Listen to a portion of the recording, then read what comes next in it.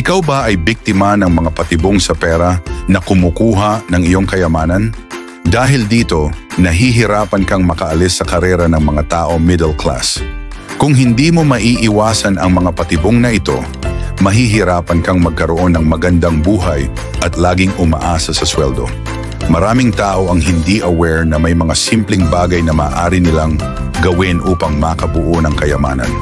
Madalas nilang iniisip na walang sapat na pera kahit gaano pa sila kakita para sa mga mahalagang bagay tulad ng pag-iimpok para sa retirement.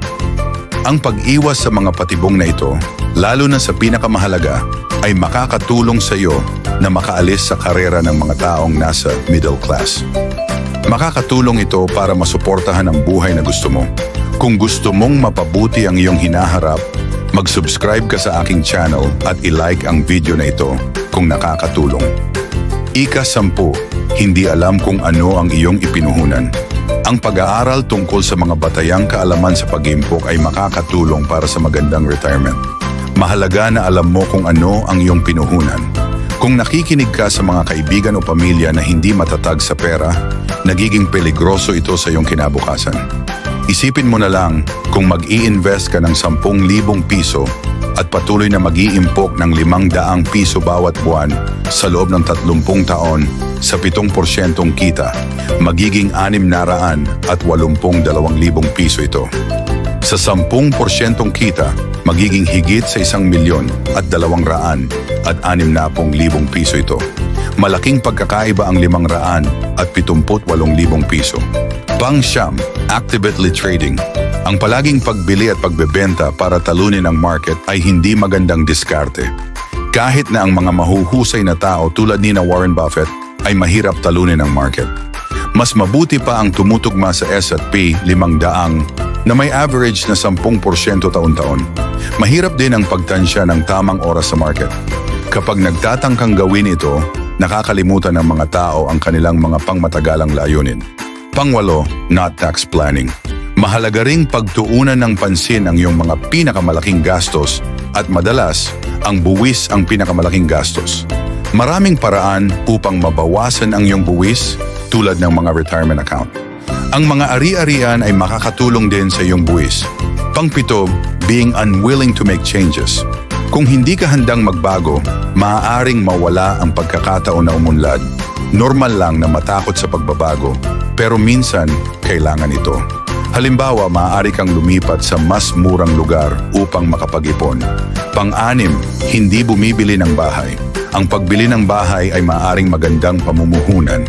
Sa kasalukuyan, ang average na net worth ng isang may-ari ng bahay ay 55,000 piso kumpara sa higit sa 6,000 piso para sa mga umuupa. Ang mga may-ari ng bahay ay nagtatayo ng equity sa kanilang mga ari-arian. Pang-5, not taking risk. Ang panganib ay mahalaga para sa pag-unlad.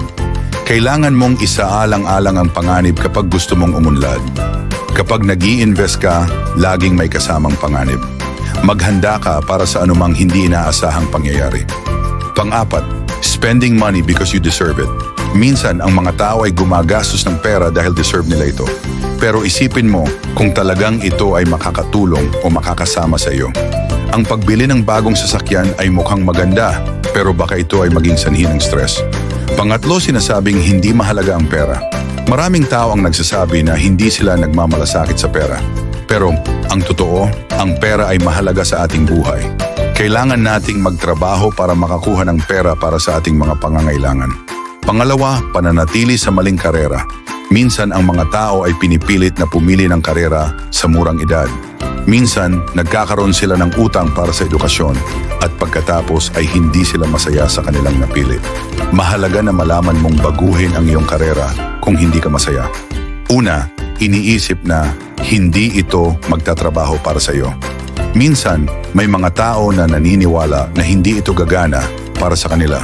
Pero, maraming paraan upang mapabuti ang sitwasyon.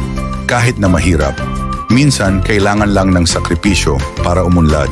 Alamin kung aling mga patibong sa pera ang nagiging dahilan ng iyong pagka-stuck sa middle class at alamin kung paano mo maiiwasan ang mga ito. Ang pag-iwas sa mga ito ay makakatulong sa iyo upang makuha ang hinaharap na gusto mo.